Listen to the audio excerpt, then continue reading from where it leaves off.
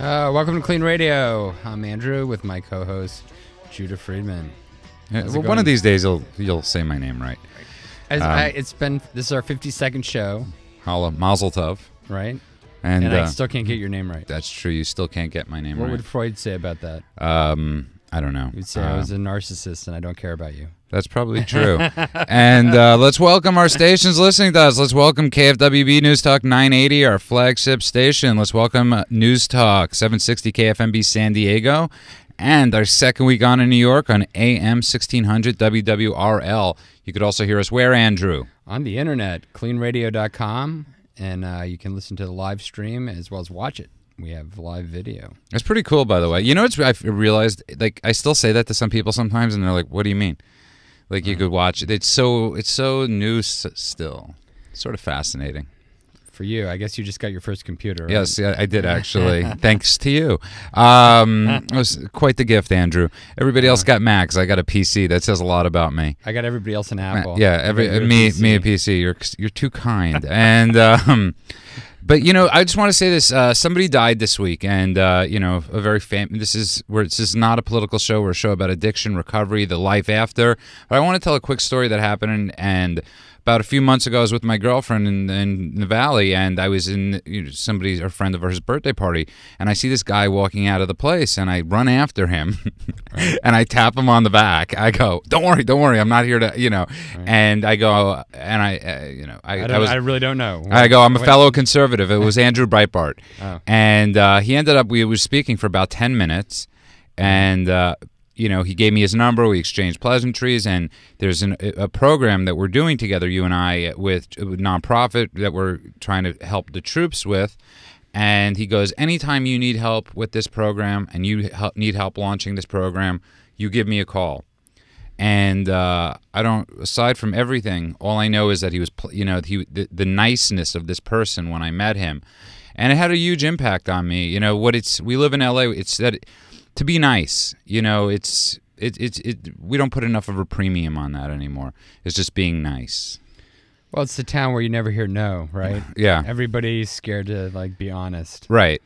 That's because you never know what's coming around the corner. That's true. And we're on in New York now, in San Diego, we can't be so LA centric. Yes, we're not LA centric. But I mean, Breitbart was huge, and it was really cool that he was so influential. The program we want to help veterans coming back with PTSD and all these other problems with addictions, and he was so willing. Has there been a final autopsy? No, there hasn't been. No. And I'm sure it was, he was, with illness, and I got to give a shout out, and this is to people out there listening. I got to give a shout out to my girlfriend, who's so health conscious that it annoys me to death. Okay, and everybody out there knows that person. It's called their spouse. Yeah, it's called their spouse. That is so annoyingly health conscious, but it's like eventually, if you say to somebody 100 times Burger King isn't healthy, it's better than they have a lot of life insurance on you and they trying to make you eat a lot of it. That's true. That is definitely true.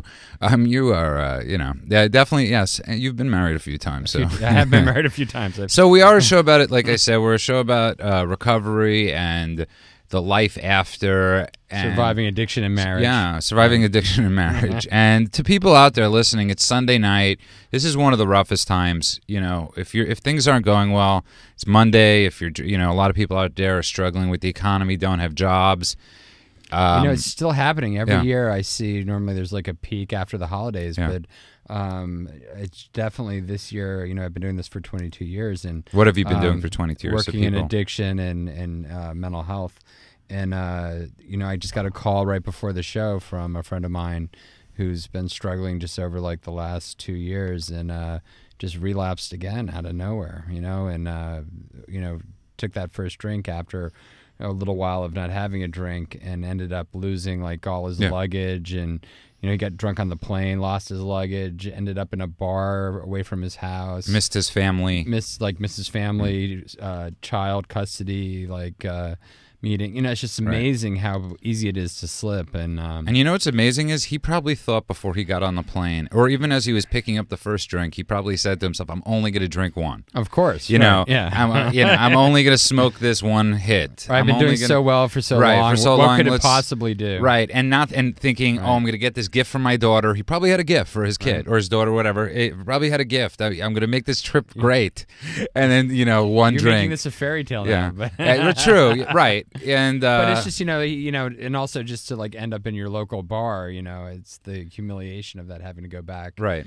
And then get sober again after like just being caught up so quickly in one night. And I think the biggest thing we could say is that the people listening. Last week we had a great show. We had sports super agent Lee Steinberg in, and he was talking about how he's basically lost everything to addiction and alcoholism, and he was so candid and he was so honest. And even me, I've been sober a little over 13 years, and even me, I would never look at a guy like Lee Steinberg and go, how could he be an alcoholic? Even me, the alcoholic, I'm still like, and looking at him going, how could you have, how could you blow it all? You're Jerry Maguire. You're Jerry. How could you have done that? And I'm in shock. And that's the thing about alcoholism and addiction that we see all the time. And that's why you can't be judgmental about this thing. Or, people are always like, well, what are your consequences? Well, I'm trying to commit suicide by drinking or by shooting heroin. You can't punish somebody like that. And you get. Yeah. Well, look, I love our show. Our show's doing a lot of stuff. 52 weeks we've been doing this now. I really encourage everybody out there to give us a call. You can call us at 888-539-2980. That's 888-539-2980. We have a really great guest tonight. Very interesting. Her name is Carrie White. Yes. The author of an amazing book called Uppercut. And I'm not saying this to people out there because I want you to buy her book, but I want you to buy her book because this thing is awesome. There are, for people like me that can't read, there's tons of photos. There's tons of photos.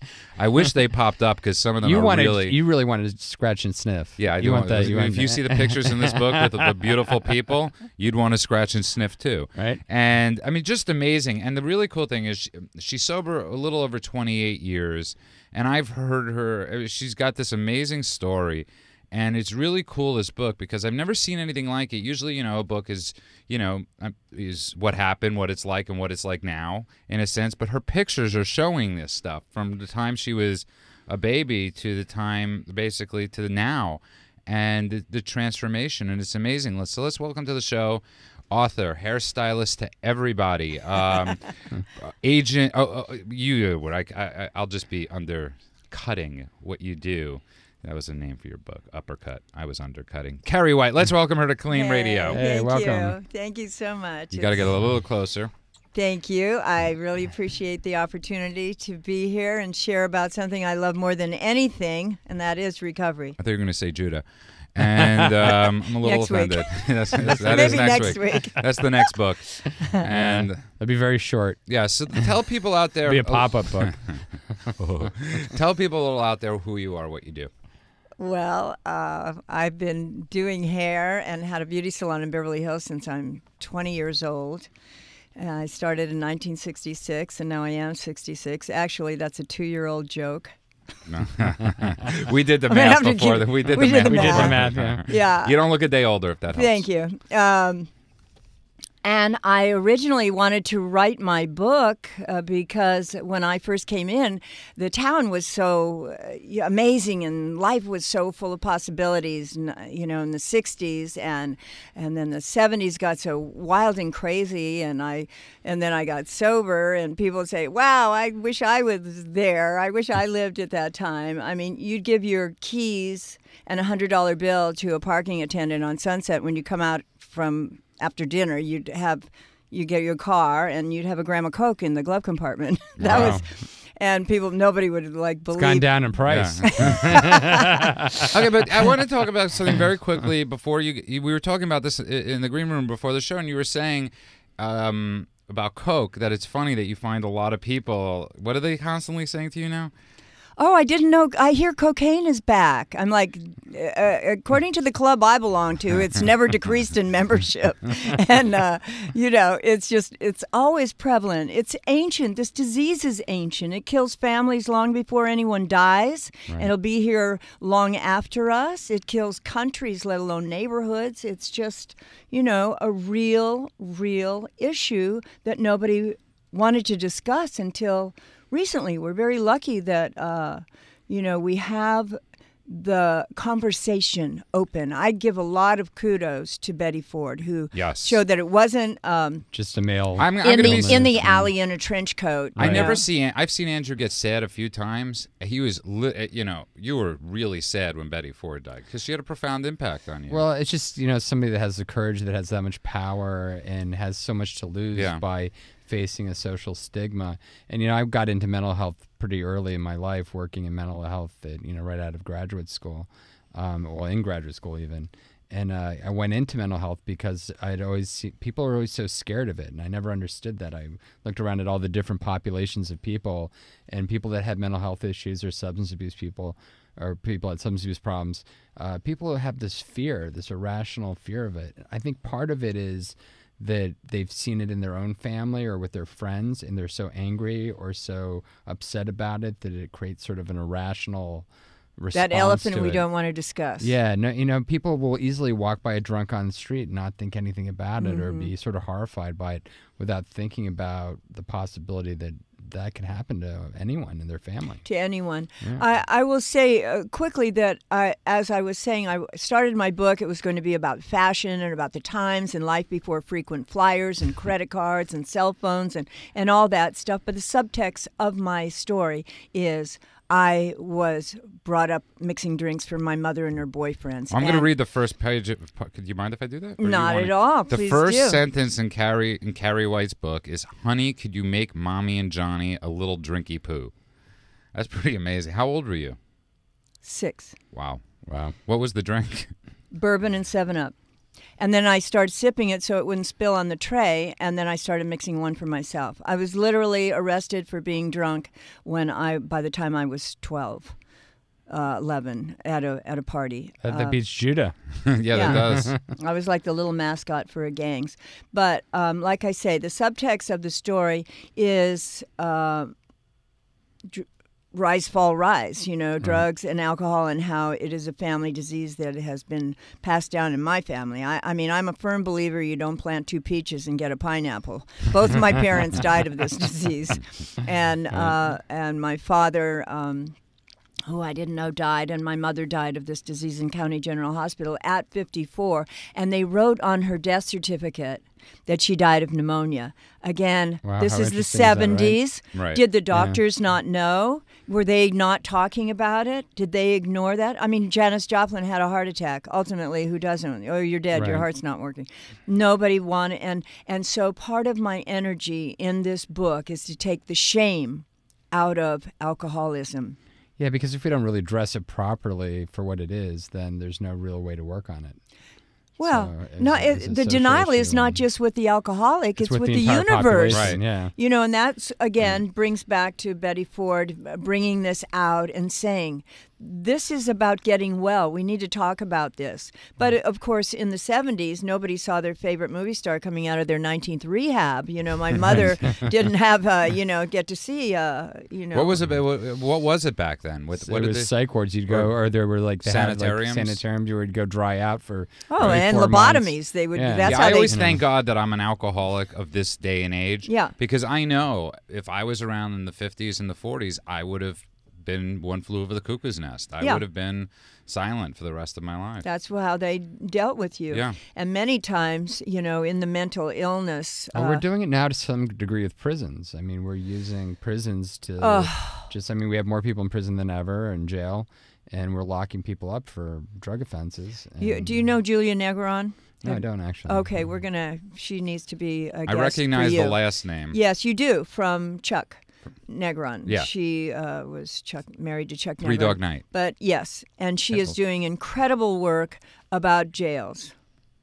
Right, sorry. To in the work that it is not supposed to be that somebody goes in and comes out exactly the same. You know what I right. mean? Like, yeah, there's no such thing Really? as really rehabilitation in prison. It's like, why? Right. You Scared know? straight doesn't really work.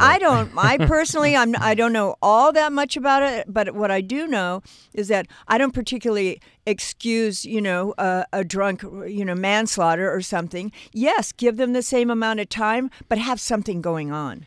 Right. Not just throw Separation somebody. of the medical issues and then the criminal issues. You get a year for this, or you broke the law, you get a year for that if you were whatever your condition is, but have some treatment going on if your criminal act is based on, I just needed, to get high. I just needed medicine. I mean, I should have been doing jail time for grand theft auto because I'd walk around looking to see if anybody left their keys in their car. I had a note in my pocket. I'm sick. I just need a ride to the dealer. I'll be right back.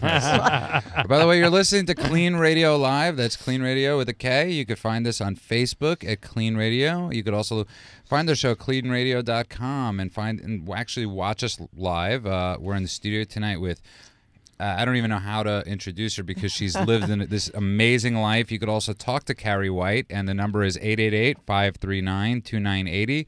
That's 888-539-2980. That's a master of all, Carrie White. Welcome back to Clean Radio. Thank you. I mean, you've done it all. Like, what do you go by? I mean, now you're a best-selling author. Carrie White Hairdresser /author, Facebook. Follow me at Carrie White Hair on Twitter. And I have a website, thecarriewhite.com. I like that you call yourself the, because I call myself the Judah. The. You see, look at the kid. Well, you see, I'm feeling a little overwhelmed. You are. Well, I had to compete with the movie Carrie. Her name was Carrie White, and it was actually named after me. And Sissy Spacek said when we met, finally, I meet the real Carrie White. Carrie White was named after you? Yes. My name was in neon on the window, and I guess Stephen King came in to one of my hairdressers, Vern Pingator, used to cut his hair.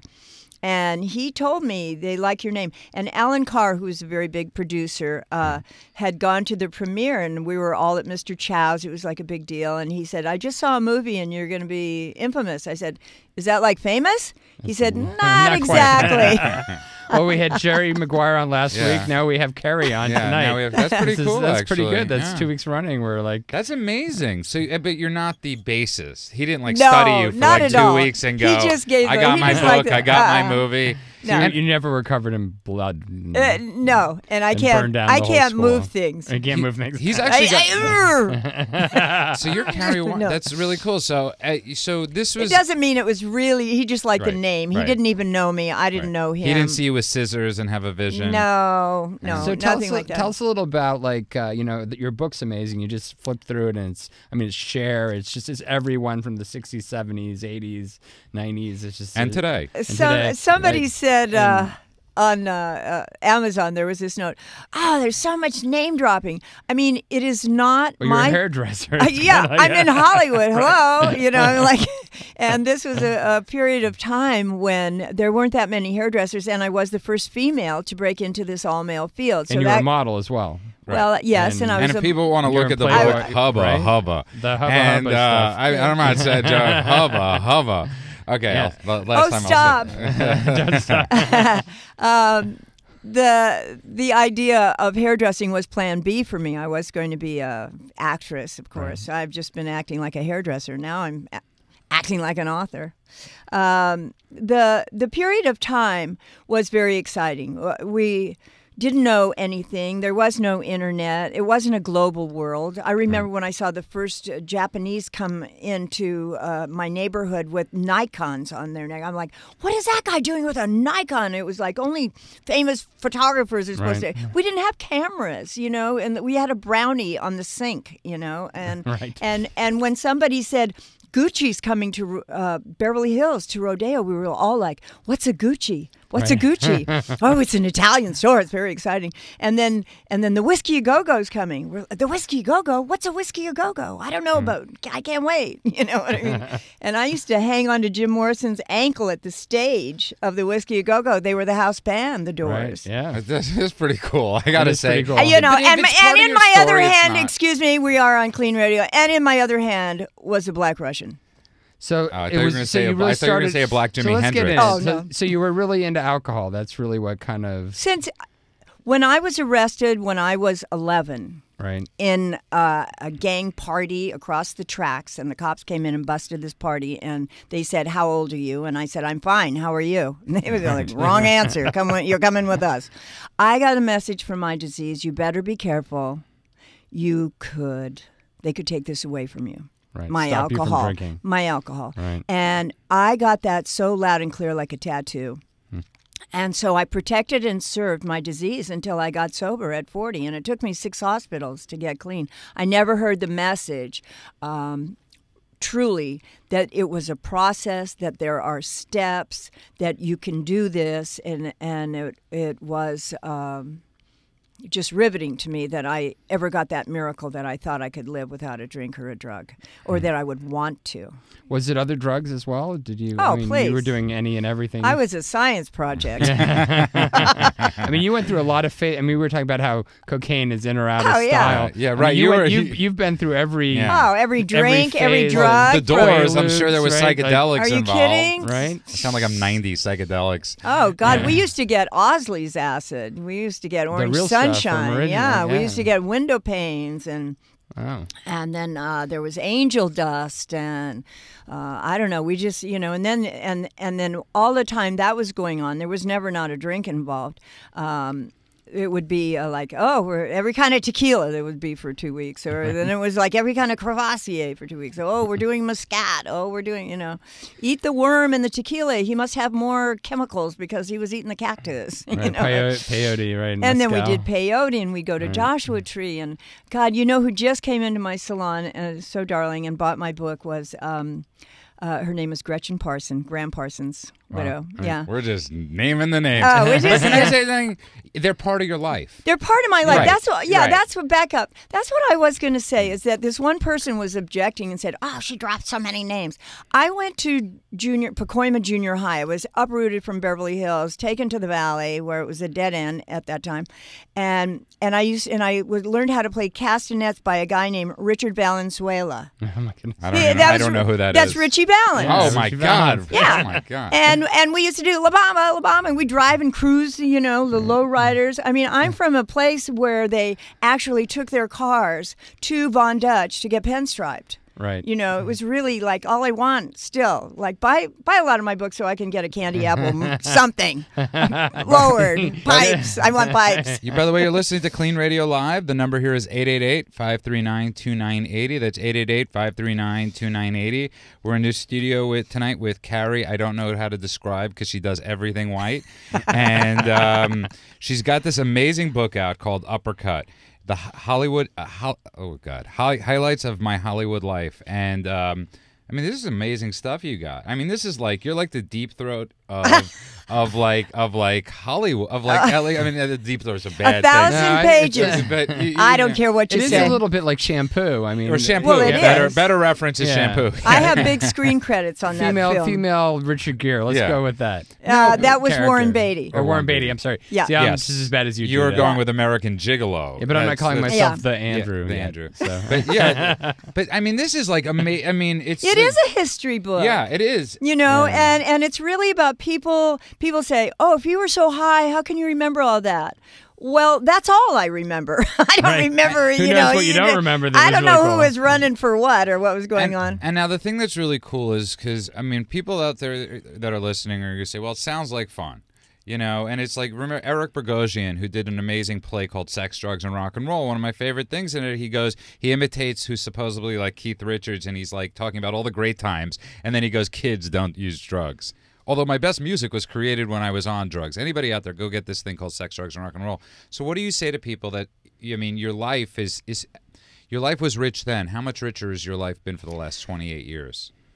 And I think It's uncomparable, the high that I have had and the having fun for real that I never dreamed of. I'm just as excited as I ever was. I could have saved a lot of money. I am here by inches and seconds, not only by my own hand, should I be dead, but by the people that I hung out with, driving cars or in crazy scenes. I mean, it took me to a fetal position on the step of the dealer, waiting and begging for the door to be opened at 6 a.m. to just throw me some granules of heroin so I could like breathe and not want to pull my spine out of my back with my bare hands.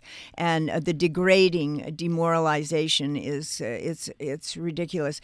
Dignity and vanity keep me here, but also the beauty that I get to heal my past with my children is by, like, for example, something that happened today that I got to hear an inventory from a girl who's going to be a young woman, who's going to be a mother, who's going to, not have to do what I did. So we say no matter how far down the scale you have gone, I can never, I never feel okay for how I was as a mother.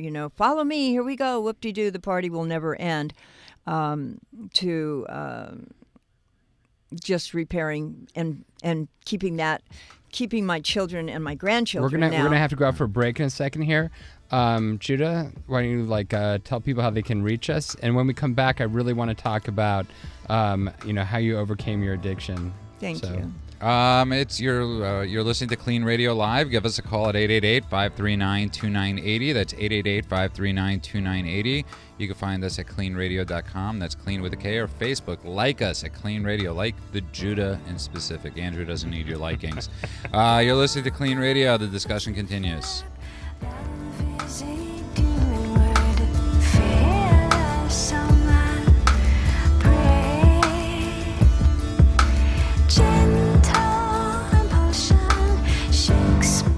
Suspect a loved one is abusing drugs? Call KLEAN Treatment Center at 888-601-6040 for a free drug test and consultation. A treatment advisor is available to help you administer the test and answer any questions you may have regarding treatment and more. We are here to help. Call us today at 888-601-6040 or find us online at cleantreatmentcenter.com for your free drug test and the start of a promising future. Welcome back to Clean Radio. If you would like to join in on the discussion or are in need of immediate addiction assistance, call 888-539-2980. That's 888-539-2980. Or go to cleanradio.com. That's clean with a K. Now, back to Andrew and Judah. All right, welcome back to Clean Radio. We're having a great night tonight. We got Carrie White in, just a riveting guest, talking about just amazing stories, name dropping or not. And author of Uppercut. And before we get back into the discussion, I want to say something. I've been sober a little over 13 and a half years. I go to certain 12-step meetings that certain people like Carrie White have gone to, and I got to tell you, I've seen her for 8.5 years from afar, helping out these young women, and it's fascinating because I've seen women that you sponsor, give birth, get married, and literally it's amazing watching Carrie get a cake for her, celebrating her AA or 12-step birthday, because there are like 15 women up there sometimes. And these are 15 women that she's made a better life for them. And that's a really cool thing. To me, there's no better legacy in life than the women you've helped. And the coolest thing is I'm reading her book, and you have pictures in here, and you have one of this woman named Aloma. And I'm not going to break her. She doesn't care. So Aloma, who helped you get sober. Yes. You guys have been friends for, my God. Yes, since we were both 19. And it's just amazing that you guys have gone through this whole thing, this whole change. I always say she 12-stepped me for 12 years. I thought, what's wrong with her? Does she think like junkies read literature? I never even heard of that word. And she'd put all these things in my mailbox. And finally, one time after, like I say, 6 hospitals, it took me to get clean. And I used waiting for a ride because I knew dealers everywhere. I had 20 minutes before I got picked up to go to the recovery house. And I got high waiting. And so I said, shall I go to a meeting? Shall I go to the dealer? Or do you want to take me to a meeting? And she's like, she was there in like 5.5 seconds, And she never lost faith in the program. She never lost faith in recovery. And I was like a thread of life. They did a great job with me, though. Come on. They did. Absolutely. Marvelous. Marvelous. And that's where the hope is. And to people out there that are driving around, that either your wife's in trouble, your kid's in trouble, you're in trouble, there is so much hope. And I think sometimes the hope is because we do look at Hollywood, and I know Andrew wanted to talk about this a little bit. We look at Hollywood sometimes, and the problem is we see only the, it's like nobody talks about how the great marriage Tom Hanks has. I don't know if he does, but it seems like he does. We only hear about the negative. We only see... And we glamorize. And we glamorize. The 27 Club drug overdose. Yes. There's... And I love we have more celebrities speaking up or being sober or people showing you can have a good time getting sober. I always say, we got a long time to be dead. What's the rush? Right. Yeah. Let's not take it on too fast. Let's take a call. We got a few calls backing up here. Great. We'll take line 2. We got Steve from La Jolla. Steve, welcome to Clean Radio. Hi, thank you. I'd like to ask your guest, when did she know Stephen King? What year? Oh, this was in early 70s. I've had, yeah. I didn't really know him. He used to get his hair cut by somebody in my salon. I used to have 14 hairdressers. I did hair in spandex pants and roller skates. It was wild. Life Sounds was like wild. Boogie Nights. How come I don't have a picture of that? Oh, that is actually how you described it. I described my book like Forrest Gump meets Boogie Nights. It's really true. Nobody Two had movies I loved. I used to have Iggy Pop and Nancy Reagan in my salon at the same time. Two people that would never be at the same party. I don't know. Iggy Pop's pretty conservative now. But the reason you called, Steve, yes.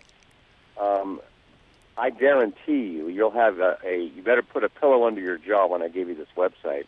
Uh-oh. www.lennonmurdertruth.com. Lennon? Women. Lennon, like John Lennon, lennonmurdertruth.com. LennonMurderTruth.com. I guarantee you it's Stephen King getting John Lennon's last autograph. Oh, wow. Huh. That's very trippy. Wow. I could guarantee you one thing, Steve. If you buy Carrie White's book at www.thecarriewhite.com, you will see her you'll see everything. That's what I could guarantee. And 60 photographs. 60 photographs. Yes. A lot of pages. Any recovery questions, Steve? Well, just my own personal story. Yes. For vanity and for my own mental health, I gave up marijuana after smoking many, many, many years. Uh-huh. Because I was telling your producer, you're deprived of rapid eye movement sleep to some great degree when you're always stoned. And so I'm dreaming again, and I'm refreshed again. I look a lot younger now. More beautiful. That's yes. Great. Yeah, my idea of a good evening was a 6-day run. I'm still up. Oh, get down. And even booze kind of makes you look a little older. And it does. More puffy. Yeah. So, yeah. Well, cigarettes are the worst. Yes. I've never done those. Good. Good. It's, all right. Yeah. Carrie, you're all involved right, thanks for calling. Thank you very much. Steve. You're involved in some stuff with nicotine, right? Oh, I am like the off of nicotine. The dragon lady for Nicotine Anonymous. I don't mind telling you. Yeah. You know, right. Judah's a smoker. He's looking guilty. He just shrunk in the corner. It's not. It's not a guilt thing. The only difference between life and death is our breath, and I'm so against. I'm so against it. I'm so against it. Yeah. And it's not it's not a moral issue. You're not a bad person if you smoke. What you don't realize is that you're addicted, and people who smoke, the only time they take a deep breath is when they inhale the poison, and I love when somebody says, "Oh, I'm reading this book about how to quit cigarettes." I'm like, just read the package. Right. What do you need, a book? If you want what we got, use as directed.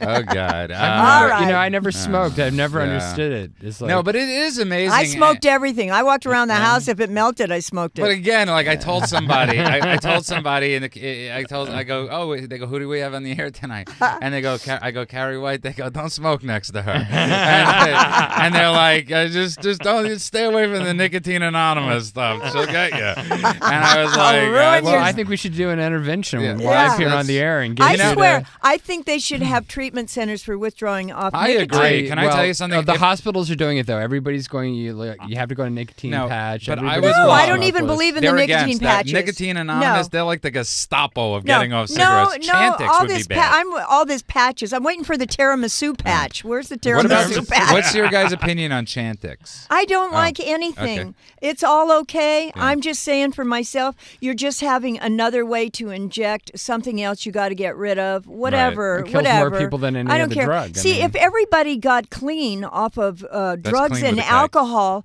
and they were asleep during the detox, they'd wake up and go, oh, I'm clean. That was easy. And Right. I want you to feel it. I want you to feel every pain to where that drugs and alcohol brought you. So you never have to do that again. It's amazing because, you're talking about that, and obviously I own a treatment center, and a lot of our staff smoke, and, encourage them to stop smoking. They stop smoking, and they do report that, after stopping smoking, that all of a sudden they finally are feeling things. Please. Yeah, That's the the real acid nicotine- trip. Get off cigarettes and you'll Yeah. really be flying high. Right? Then the colors come. Can you imagine the Judah with no nicotine? I don't know. I could. I've quit for 80, 90 days. He might start 80, walking. 90 he- minutes? He might start walking No, around no. with like I was off balloons for and 80, stuff 90 and big days, and shoes not a day went by where I Okay, was like, let me say something to you about that and about drugs and alcohol. All it takes is one insane moment. You know, Right. that we think that's a good idea. Where is it a good idea to suffocate ourselves, to take another drink based on my track record? For me to ever pick up another drink is insane. I need to know that I'm insane. And that is my recovery, is to protect my sanity. true that. Better words have never been spoken in the clean studio. So you're going to quit smoking right now, Judah? Yes. Can you make no. a commitment? By the way, you're listening to KLEANRadio.com. That's clean with a K. Oh, change the subject. The number. Yeah, right. The number. That's what the what he producer does. always texts me. The producer always texts me to give the call letters. And you might be hearing us on KFWB News Talk 980 Los Angeles, 760 AM San Diego, KFMB, and New York, 1600 WWRL. So, Carrie, when you were hanging out with all these people, Jim Morrison, Jimi Hendrix.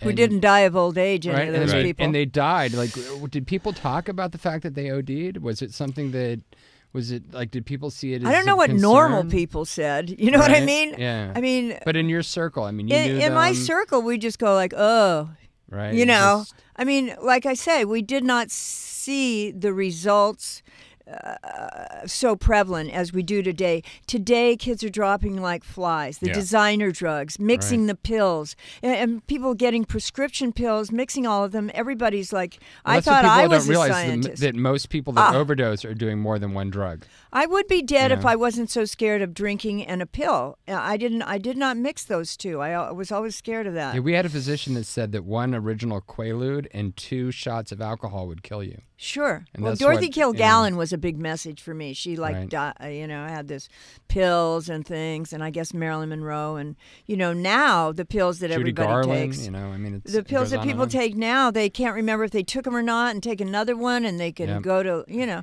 listen, if everything was legal, the people that are getting heroin today are going to still be getting it, and the people who are not on it are not going to go, oh, heroin's legal, now I'll have some, right. no. Right now, I want to inject something in my arm. Yeah, oh, well, let me at it. Yeah. No. It's not But- that way. I mean, it is, it's so funny because we talk about this constantly, that marijuana is like 40% more potent than it was in the 60s. What is that? Um, What are they doing? They soaking They're- it? And No, it's what are the, they? the hybrid breeding, selective breeding. There you go. and I think part of the problem with the younger generation is you have a lot of people from the baby boomer or from the 60s that used pot, and they're like, oh, well, my kid uses it. We used to Not have labels realizing- on the pot. Oh, You know, really? we would have first. There was Panama Red. There was Acapulco Gold. Right, it Tie all Stick. Tie Stick. They all had Ice Pack. They all had names, and we'd say art, food, sex. Nothing said work. Acid also had really cool names. That's really funny. And but there's a huge problem with the designer drugs, and we talk about like people go to Whole Foods, they eat all these healthy things, yet they have no problem ingesting a designer I love drug. it. Yeah, I've love never that. understood that. Yeah, I had this it's- girlfriend who was like, she did smoke pot all the time and whatever, and then she had bronchitis, and I gave her antibiotics, and she wouldn't take them. She's like, I won't put that in my body. I'm like, 15 minutes ago with bronchitis, you were doing a bong hit, and you won't take an antibiotic. I will take Like, how antibiotics, insane just so is you know. that? even though I smoke. I will Right, even though take you smoke, right? Well, you have to just to breathe. And I'll go to Whole Foods. You know, here's the serious problem is that you can't get well with the same head that gets you sick, and we need this new conversation, somebody else's information. You know, I have another saying. I have a lot of sayings. Well, you wrote a book. Yeah, I do. And I wrote a book. But if 10 people tell you have a tail, you better turn around and check your ass. You know what I mean? I got that in a text today. Yeah. And it's really true. We cannot get well. My experience is picking up a cigarette. My experience is picking up a drink. Good day, bad day, feeling, not a feeling, whatever. That's just the mode of operatum. And so the point of listening to other people and trying something else comes as a result of the addict or the alcoholic hitting some kind of bottom.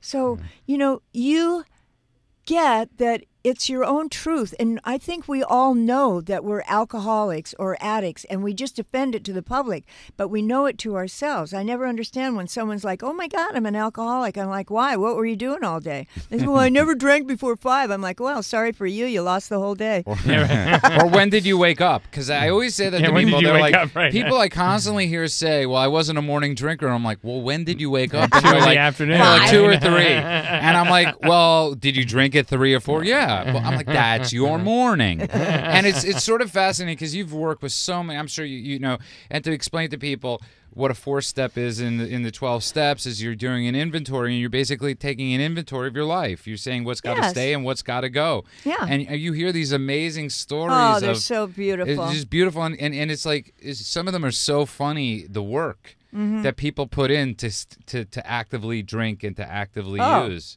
Please, yeah. And but somebody said something very interesting to me yesterday. Andrew disagreed with me a little bit, but I used to joke and I used to say, remember the Billy Blanks had the thing called Tybo and all those Tybo videos. So as a joke, I wanted to do something called Flabby Bo, and where I would show people how to have flabs just like me. And because the last 20 years I have spent working, like staying in the same weight, never like muscular, just having flabs. And somebody said to me yesterday, they go, it's harder to stay, it takes more work to stay the same than it does to change. Mm-hmm. And I really believe that to stay the same, to stay in active alcoholism, it's a lot worse. It's a lot more work than it ever is getting sober. It is. My theory is that we have so much invested, we do not want to let go of it. We still want to try to make it work.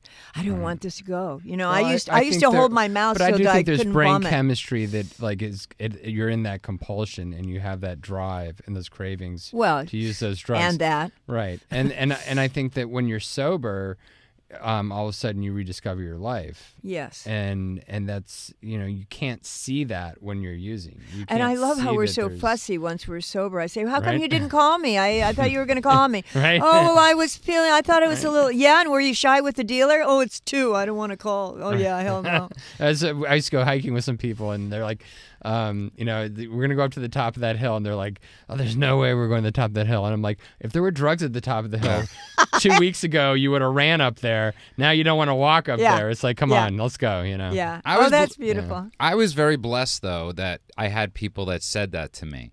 And I think, have you noticed that, I'm asking Carrie, has there been a change in maybe, thank God there are younger people in the 12-step groups. But when I got sober in New York, this is a true story. This guy Nestor, I used to call him Nasty Nestor, and he turned around when I had 90 days sober, and he said, or 91 days, and he said, kid, if you raise your hand, I'll hit you in the head. And and put a plug in the and he goes, and he Nestor loved me, and he goes to me, I just want you to realize it's just another day. You've been raising your hand for 7 days, telling us about 90 days. He's like, today's 91, you're gonna make it. And like I had these people that, like, I called up my sponsor when I was first getting sober, and I had this drunk dream. Right, I had one of those drunk dreams where you really feel in the dream like you drank, right? And which makes a lot of people feel guilty, right? And so I call and grateful they didn't. So right, but I call him up on the phone and I go, Steve, I had this drunk dream, and he didn't give me this like therapy thing session on the phone. He goes, did you drink? I go, no. He goes, you know why you had the dream? I go, no. He goes, because you're an alcoholic. I'll talk to you later. And he hung up. Yeah. And he kept it. What has changed? Have you noticed a change that that is in program and conversation. 12, right. Yeah, well, so many people are on so many pills, and I mean, I'm not against real depression, but sometimes you're appropriately depressed because you don't get your drink. Well, yeah. You feel bad. I mean, I've also said that I think that, and this is a lot of people disagree with me with this, but I think that real psychopharmacological medication for mental health should only be given out by a psychiatrist. Yes, and not blood just checks GPs, and things. Because you got general practitioners doling out antidepressants to people that are mildly depressed, and the studies show that it really doesn't have much more of an effect than a placebo effect. I totally believe I could go anywhere and say I have anxiety, and they'd say, "Oh, here." Oh yeah, you get a benzodiazepine in 15 seconds, 15 minutes. I mean, you go to the dentist. How easy it is. I'm in pain, and then, go. Here's a prescription. Go downstairs. So again, it's up to you. Yeah. It never happened to me. My dentist is really hot. She's Russian, and she's ruining my teeth. Go to dentists in Hollywood. Trust me, it's not that hard to get. We used to get our drugs from them. You don't even ask. They just give you the Vicodin, the prescription for 20, and you're but still, some prescriptions used as directed, you'd be having another guest here tonight. We had a client that would get their drugs from veterinarians. Literally had a dog that had arthritis and get pain medication for the dog, and knew how to use it. It's just amazing how cunning. Well, we don't get sober to see what we can get away with. Also, it's really the responsibility to do you want to stay sober? Right. I don't do near beer because it's not a good idea for me to be near beer. Right, right. It's like there's no such thing as near crack. Yeah, and I have a huge problem with the hookahs. Cigarettes. I've had a huge problem with the hookahs for years because there's something about I don't walk around with a glass. I don't even understand what these hookah things are. I don't either. What is in there? I don't know. Stop me. If somebody's listening out there, tell me what's inside of a somebody hookah. Call and tell us the number. By the way, you are listening to hash, Clean, right? You're listening to Clean Radio Afghans. Live. The number here is 888-539-2980. 888-539-2980. We're in the studio tonight with author Carrie. You do everything well, White, and she's author of the book Uppercut, Highlights of My High. You're right. The same name you might notice as from the movie Carrie. Well, her name was based on that. I met Groucho Marx once, and when I left from the party and said goodnight to him, he said, "Carrie, you're all white with me." That's an amazing story. And that is an amazing story. What were we talking about a second ago? I can't remember. You're smoking. No, yes, my smoking, but something else. Okay, can I ask you? So you're something I love is that you've broken your anonymity. Yes. And I think people have this huge misunderstanding out there of what anonymity is. Right. And I want to say this to people because something we speak about often is that in the old days of the 12 steps, they would give out their last name. Yes, a lot of men, I do. Right, a lot of people give out their last name. That way, if you had a problem, you could look them up in the phone book. You know who to ask for. Right, and I do that in a meeting because maybe somebody gave their child for adoption like I did, and then my child found me, and maybe they need recovery to that. They're either the child or the mother that gave them away, or there's a lot of Carries in. That's an amazing, amazing, amazing story. Thank you for saying that because it's so funny because a lot of times now when I hear somebody say their full name, somebody goes, "What did they have to give their full name? Would they want everybody to know who they are?" And I'm like, no, maybe so you could find them. Right. And if you need help, because one time the guy named Ross gave me he goes, "Call me." So he gave me his phone number, and he had a nickname, and we used to call him Sweet Nipples. And so I call well, him. That's easy to find. So I Sweet call him. Nipples, So I call him up at his office, and I go, and I go, "Hi, is Ross there?" And they go, "Ross who?" And I go, "Ross." And they go, like 3,000 people work here. Right. And I was like, do I say Sweet Nipples? Maybe that'll help. But, so. Did it work? Did you do that? No, I didn't do that. Here is a hysterical, on the complete other side story. I moved from one salon to another, and a client couldn't find me, but he knew I was in this particular program that had a central office. Right. So he called central office, and he said, could you give me Carrie White's phone number? That's really funny. No, we can't. He says, no, she knows me. She gave me your number. He says, uh-huh. And it was like, maybe you need to go to another meeting. And oh, yeah, right, go to another meeting. So what made you, what gave you the, Betty Ford Okay, gave so- me the permission. Yes, thank you so much. Yeah, that's See, all we're right. on the same wavelength. She Yes, knew what I was going to yeah. ask. It's because you both have those first Yeah. names. And That's people right. say my name like one word, Carrie White. They Yeah. just threw out there. Some people aren't comfortable with it, and that's okay too. Yeah. And some people are. But I'm still in a service position. I have a salon. I like people to feel free, and there's not anybody that sits in my chair that doesn't know somebody or have a relative or someone. And I just do that as a part of being available for service to guide. It doesn't mean I can sponsor you or I'm going to do anything, but I can be of help there. It gives me great opportunity to do that. What was your impression of Betty Ford? Oh, she's just the loveliest lady. Mm-hmm. Just the loveliest lady. Was there? What do you think her real contribution was? Oh, just announcing so many, that she was an alcoholic, right, and creating a safe haven for recovery to be a wellness, not a moral issue. and for women. Well, it's Betty Ford's is mixed. Now it is, but it wasn't originally was it wasn't. all Yeah, women, and it brought the housewife. It gave the housewife permission to say she had a problem, and people, instead of just dying with this, could go and get well. Nobody shows up late or ignores they have cancer. Well, some do, and they die. Oh, you yeah. know, yeah. Okay. I mean, we saw people in denial about having prostate cancer, and we see that quite a lot with men. And Especially when you're active. Are they in denial, or yeah, they just they're don't get actually- checkups? Yeah, no, they are in denial. They have pain. They have, problems with, erectile dysfunction, stuff like that, and it's prostate cancer. It's going to get better, Wow. Andrew.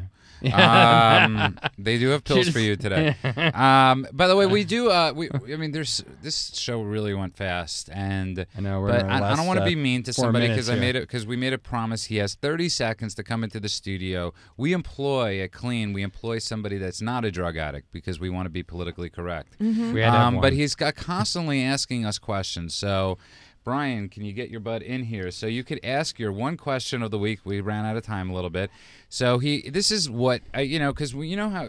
Oh, good, yeah. Carrie, it's like when we first start dating, when we get sober, and like there's always those people that ask us, well, why do you still go to meetings? Okay. So, Brian, what's your question of the week? Brian, Small C, Canberra. Hello, everybody. Yes. How you doing? Good. Actually, and this sort of touches on the whole AA topic that you guys have been talking about tonight. What's the deal with the anonymous? What is so anonymous about? Originally, it was like a secret community because there was a lot of shame attached to it. Like, shame on you, you can't drink like a gentleman or something like that. Mm-hmm. So getting well was as much a part of a secret, or you became a risk. Then they didn't want the program to seem like it was a failure. If somebody says, I'm in this program, ... and then they see you drunk the next minute, Right. they say, oh, that program doesn't work. So the tradition is that we never say the name and keep that anonymous as it is, but say 12-step program that we don't ever make. It's like the people may fail not following the program thoroughly, but the public might foresee it as the program has failed. Great question. That's actually an amazing question. Now we're going to kick you back out of the studio. Small C, Canberra. Thank you. See you next week, Brian. And you see, we did our public service to the, I like how Jude's owning the studio now, right? He's like controlling people. It's give me it's the and right? get out. It's He the can't stop smoking. yes, But he's got a lot of control.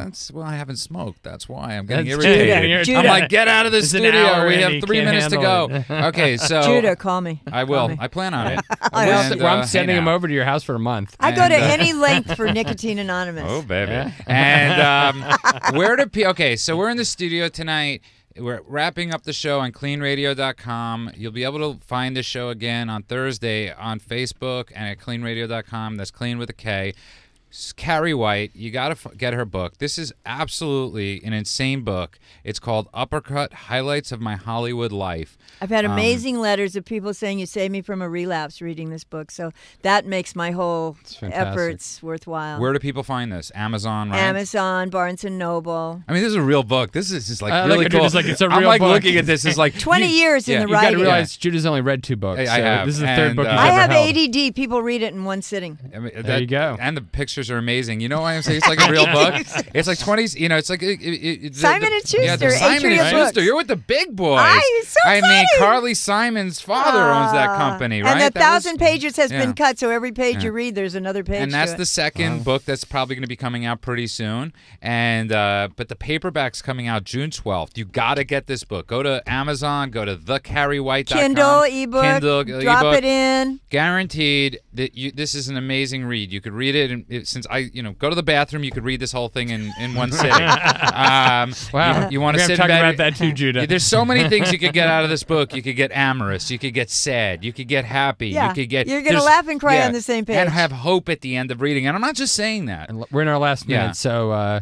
Carrie, thank you so much for coming in. Thank you so much. Really pleasure. Anybody out there, get clean, try it for 30 days, or your misery cheerfully refunded. There you go, right? Yes. And what stations are we on right now, Judo?